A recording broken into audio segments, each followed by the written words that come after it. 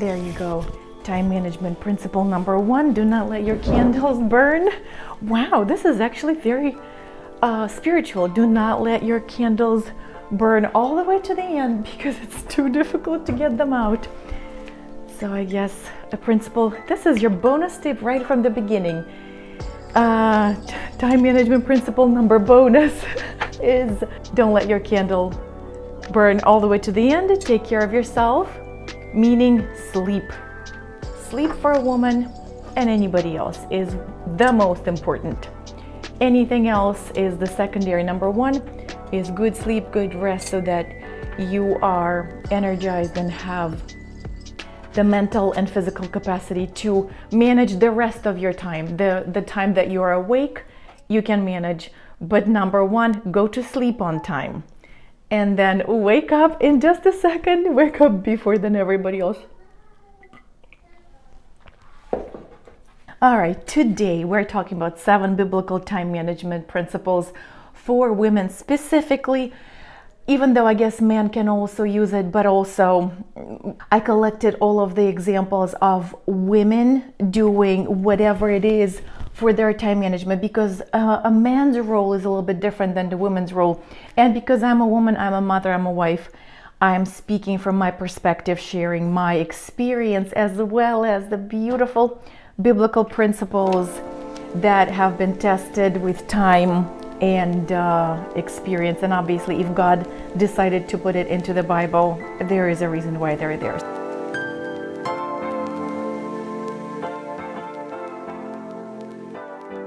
So, biblical time management model for women, or 7 principles of time management straight from the Bible.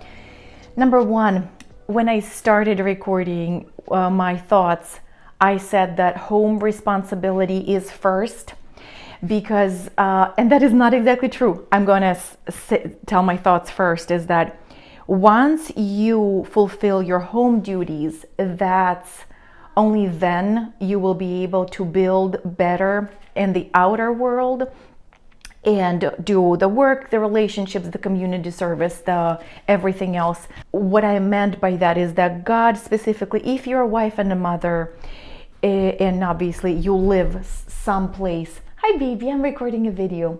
What we have been taught is that your primary responsibility is to your home. And in Titus 2, it says that teach and learn on how to love your husbands, love your children, have pure heart, good character, then take care of your home, work at home, so that the Lord is not blasphemed. And so the idea is that once you take care of your home well, then you are more free to serve everywhere else, because if you have a chaotic life at home and disorganized life at home, then that chaos kind of spreads everywhere else, and it's really hard to build something outside the home. However, we know from the example, and I question this in my thought process, because we know that there are plenty of women who do have a reasonable work life and a career outside the home while also having a family and a home, and they might be a little bit disorganized, they might be not so tidy, and their home can be cluttered. Speaking from my personal experience here, because all of the things that I'm saying, it's never talking about somebody else, most of the times speaking about me. So you can have a somewhat successful from the outside view path in the career and the workforce, but you still can have a little bit or a lot of the chaotic life at home. And so I was like, okay, I'm not doing my part. I'm not having like perfectly organized home, and then I'm going out and making money. That's not right, which it is not right. It is best to have as much order everywhere else as you can. However, when I went to collect my Bible verses for today, and I went to Proverbs 31, talking about the virtuous woman, what does she do? The first things that are mentioned that she does is not home only. It starts with describing a working woman and then also a mother. And let me read this. So let's read this together so that you hear it for yourself. An excellent woman Let's read a New American Standard Bible. An excellent wife, who can find? Her worth is far more than jewels. The heart of her husband trusts in her, and he will have no lack of gain. She does him good and not evil all the days of her life. She looks, so first that is described is her relationship with her husband, because she's a wife. And obviously the Proverbs 31 is written to a king. These are the words of a mother to her son who is a king. And she's talking of the queen. This is the queen that she's talking about, the wife of a king. So relationship first with her husband. Then she looks for wool and flax and works with her hands in delight. She is like merchant ships. She brings her food from afar. She rises also while it is still night and gives food for her household and portions for her maidens. She considers a field and buys it. From her earnings she plants a vineyard. She girds herself with strength and make her arms strong. She senses that her gain is good. Her lamp does not go out at night. She stretches out her hands to the distaff, and her hands grasps a spindle. She extends her hand to the poor, and she stretches out her hand to the needy. She's not afraid of the snow for her household, for all her household are clothed with scarlet. She makes covering for herself. Her clothing is fine linen and purple. Her husband is known in the gates when he sits among the elders of the land. She makes linen garments and sells them. She supplies belts to the tradesmen. Strength and dignity are her clothing, and she smiles at the future. She opens her mouth in wisdom, and her teaching of kindness is on her tongue. She looks well to the ways of her household, and she does not eat bread of the idleness. Her children rise up and bless her. Her husband also. He praises her, saying, "Many daughters have done nobly, but you excel them all." Charm is deceitful and beauty is vain, but a woman who fears the Lord shall be praised. Give her the product of her hands, and let her works praise her in the gates. So here we see a mother whose children are taken care of. Her teaching is soft and kind. Anything that she's teaching, everything in her home is taken care of. They have clothing for the times, for the seasons that they need, which was a small portion of everything that she does. She does everything else. She exercises and she works a lot. And so the time management of the Proverbs 31 woman is that she fits it all. She is okay fitting it all in her life without being chaotic, without being crazy, running around like a chicken with the head cut off. She is organized and she gets it all done. Again, all in every area. You don't have to do everything in the world, but every area of life, she has a little bit of business, a little bit of family, a little bit of household management. Husband is loved and then sent off into the world to do kingly things, and she is there working on her business, most of the work. So the time management principle number one is that as a woman, as a wife and a mother, it is wonderful to have all areas of life taken care of. And the focus should not be one. The focus should be all areas of life, little by little, done well as best as you can. And do not neglect any area of life, because life is better when you have all the areas of life taken care of. Biblical time management principle number 2 is that there are times when it's okay and it's good to hurry. I would always think that when I rushed, when there would be moments of rush, it's bad. And I'm not saying that chronic hurriness is a good thing. Chronic hurriness is not good. That's actually the signal to you that there are things that need to be changed and updated in your systems, in the way you live. But once in a while, if you feel like, oh, I should hurry up and do this, I see the opportunity, I see something that needs to get done, it's good to hurry up and get it done. There are multiple stories in the Bible that prove that, but specifically two that I'm going to share right now is 1 Samuel 25:23, which is the story of King David roaming around with his soldiers, trying to escape from King Saul, and then they are hungry, they need food, so they come to the field of Nabal. I think that's how you pronounce his name, and he is known in his community, he's known to be a mean, not so good and not so kind person. And his wife Abigail is wise. When Nabal says, I'm not going to give them any food, let them go, send them somewhere far away, I'm not here for them. David gets angry and he almost goes and starts the destruction on their property. When Abigail, 1 Samuel 25:23, when Abigail saw David, she hurried and dismounted from the donkey and kneeled face downward before David and bowed down to the ground in respect. Kneeling at his feet, she said, my Lord, let the blame and guilt be on me alone, and please let your maidservant speak to you and listen to the words of your maidservant. Please do not let my Lord pay attention to this worthless man Nabal, for as his name is, so he is. Nabal is a fool, is his name, and foolishness, stupidity is with him.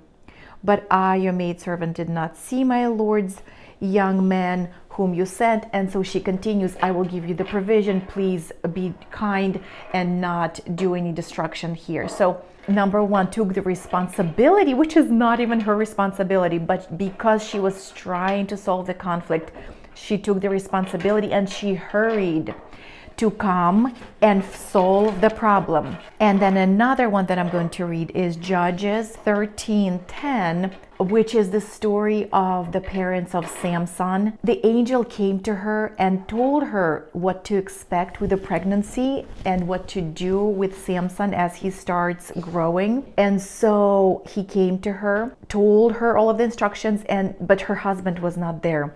And then the second time when the angel comes, she's like, I want my husband to hear this. So the woman ran quickly and told her husband, behold, the man who came to me the other day has appeared to me. Then Manoah got up and followed his wife and came to the man, which was the angel. He was in the appearance of man. That was an angel of God, to tell the message about the new judge, the new promise for the people of God.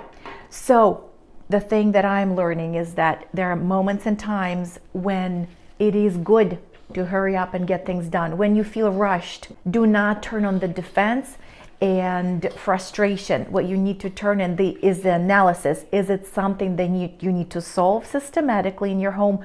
Or is this that you're seizing the opportunity and this is wonderful that you're doing it? The biblical time management principle number 2 is seasonal planning is incredibly important.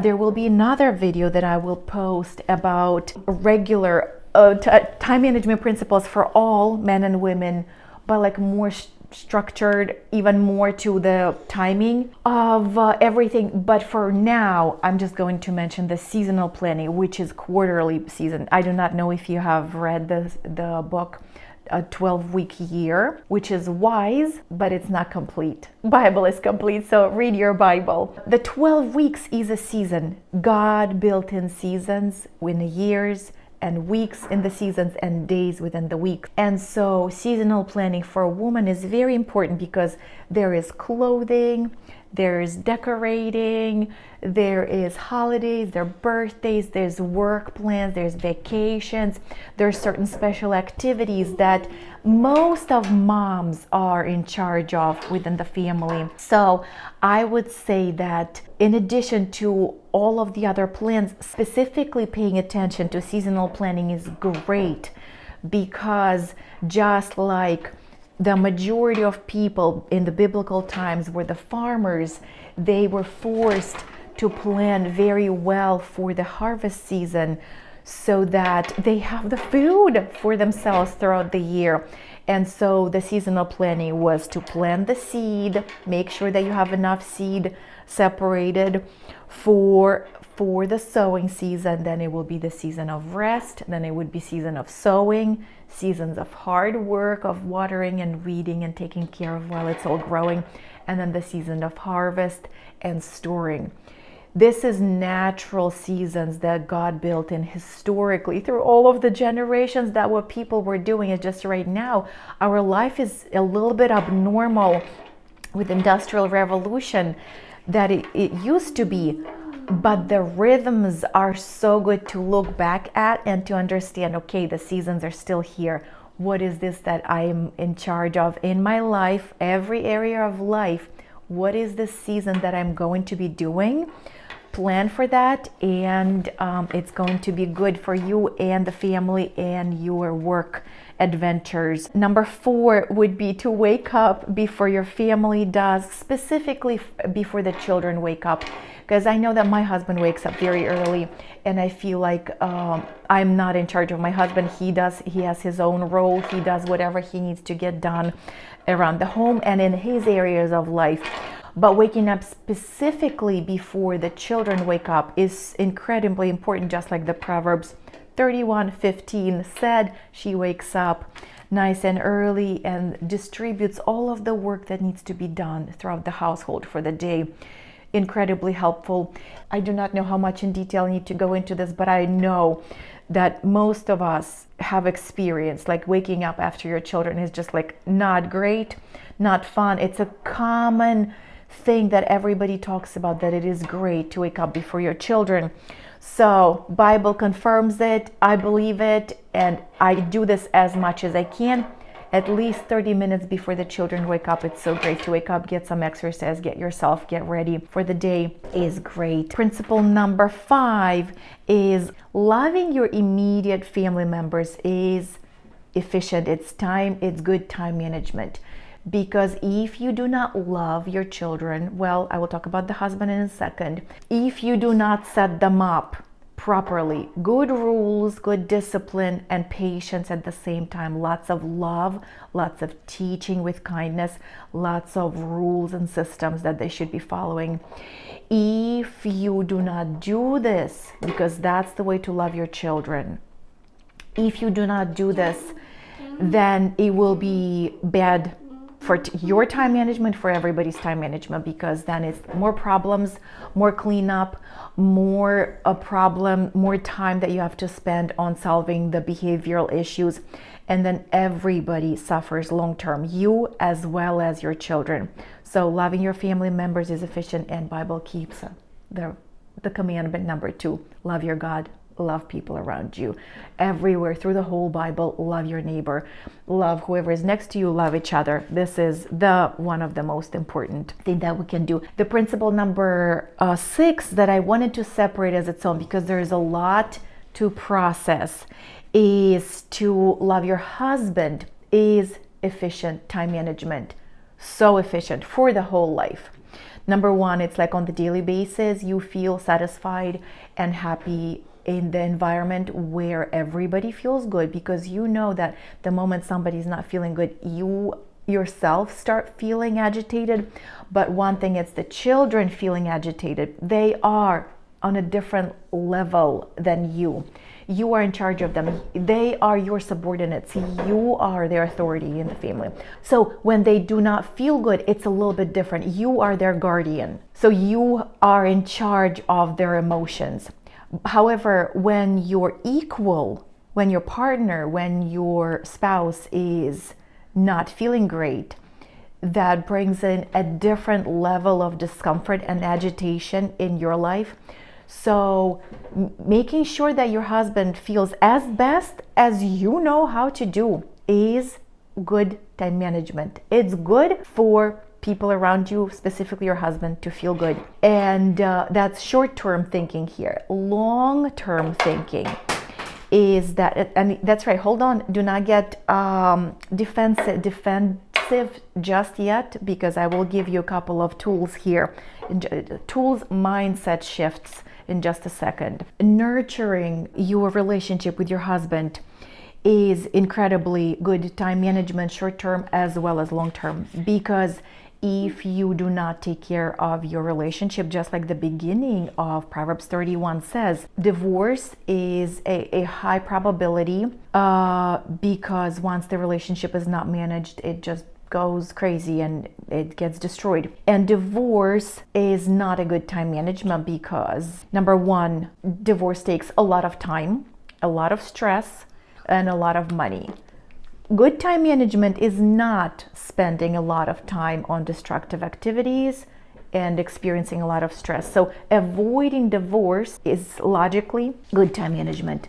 Separating finances, if you were to go through divorce, separating finances is not good time management, because now you have to work more to support a lifestyle that is less than you probably would have with your husband by your side. It's more expensive and less efficient to have a single parent household than two-parent household.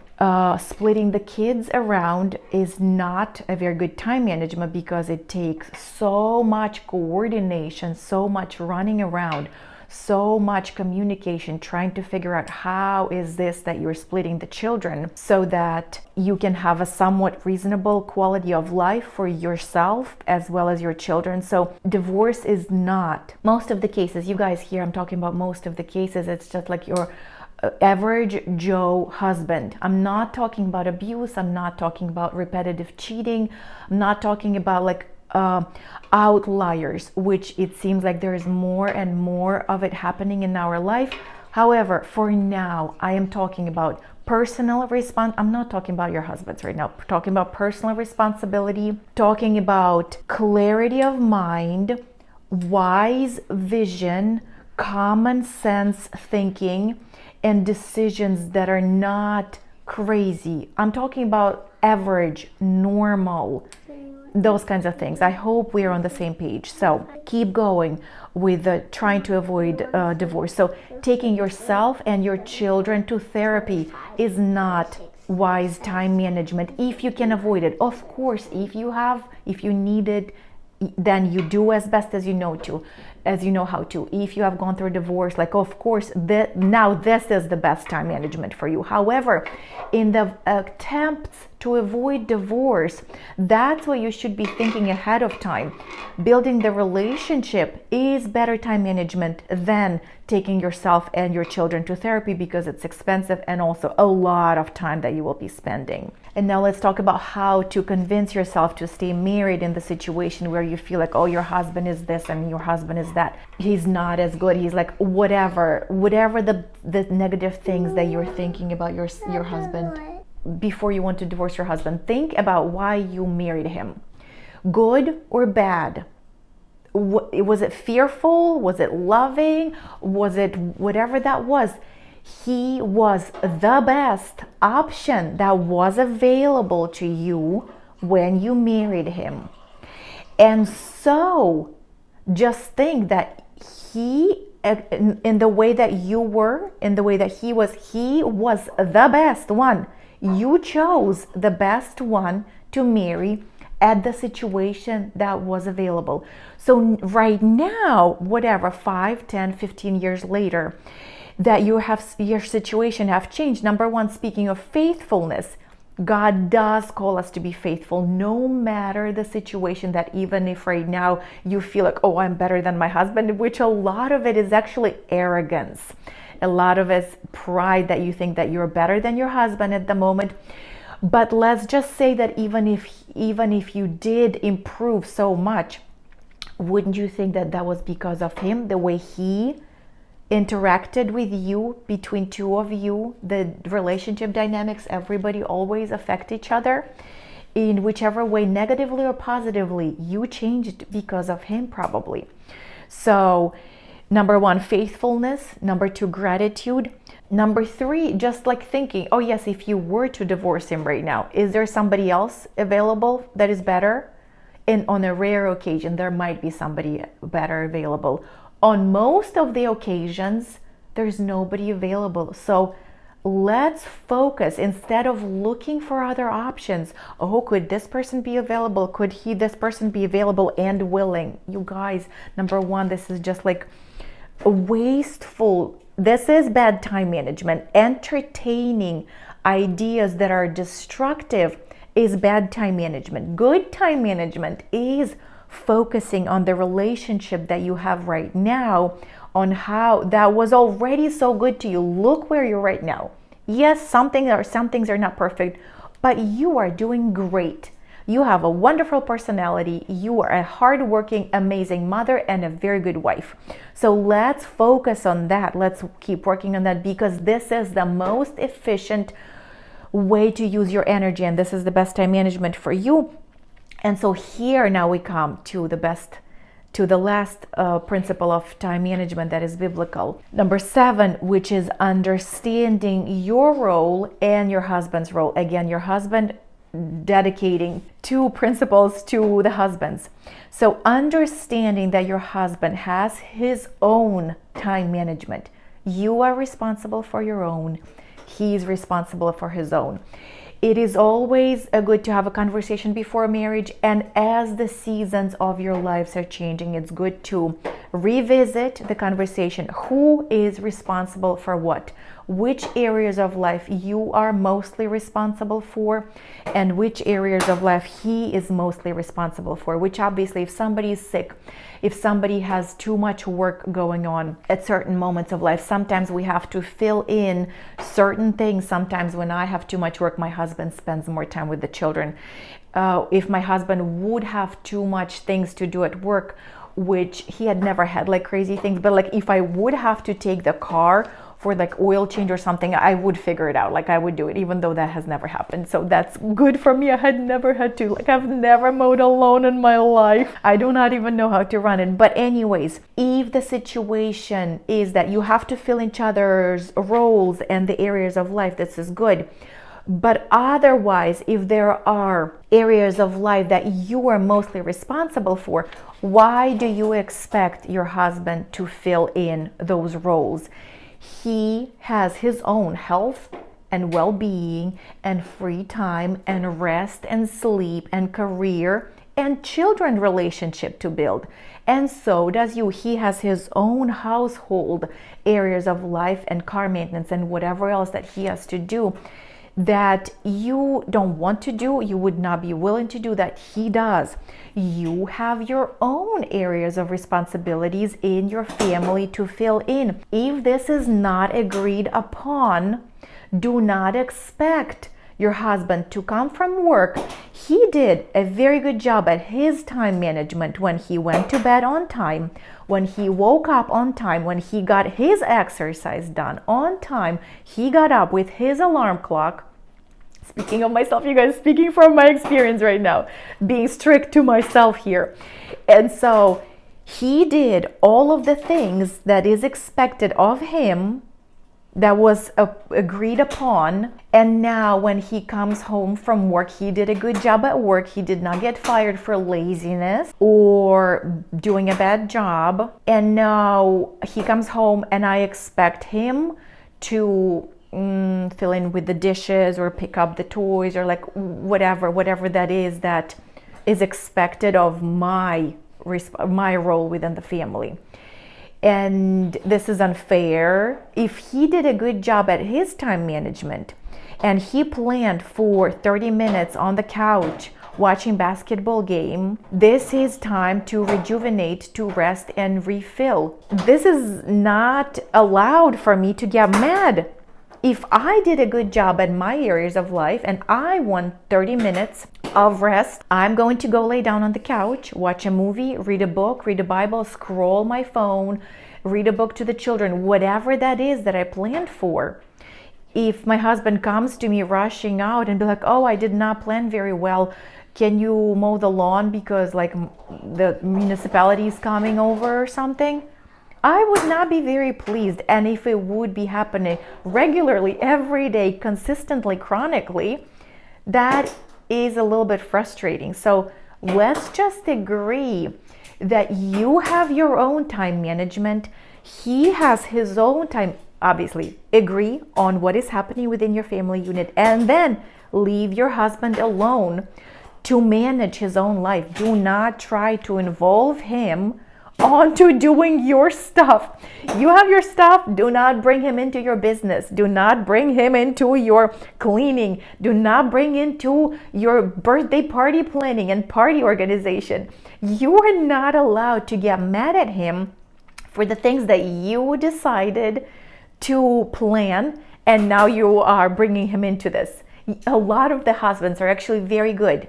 And this is like actually amazing how kind most men are with doing this for their wives.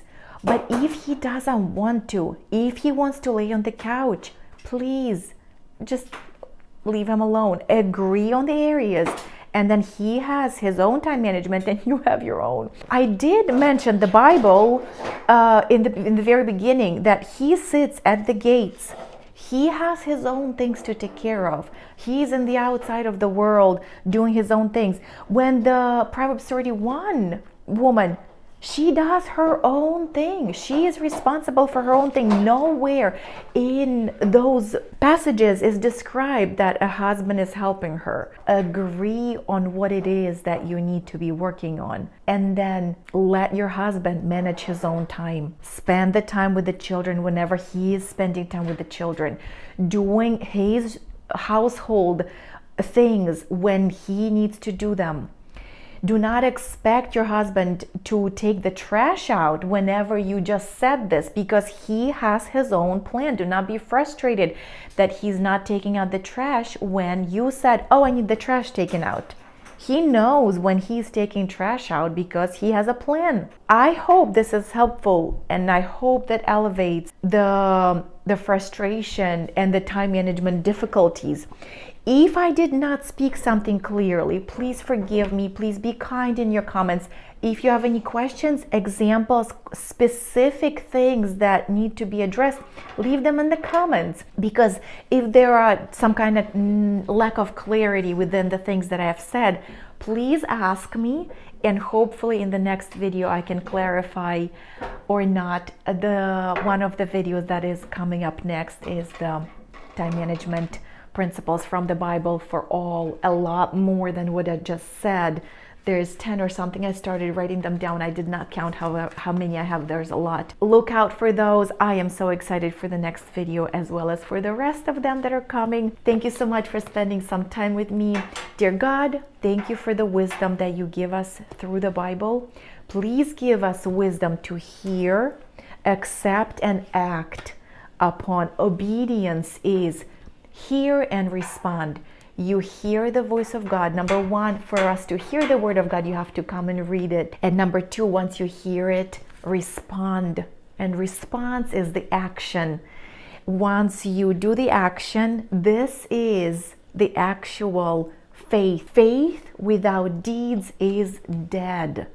If you have the faith in what is right, you know what is right. You have the faith that if I do this, I will have a good life. But if you don't do anything, the actions, the deeds have to come afterwards. Because if you don't do it, that means your faith is nothing. Your faith non-existent, no matter how much knowledge and faith that you have, that these principles work. If you do not do, if you do not act, your faith doesn't count. Knowledge without action is zero. Do not watch this video and be prideful of the knowledge that you have. Watch this video, read your Bible, and go and act upon the things that you have heard that are going to make your life better. David, say have a good day, everybody. Bye-bye. Bye. See you guys in my next video. God willing, have a beautiful day.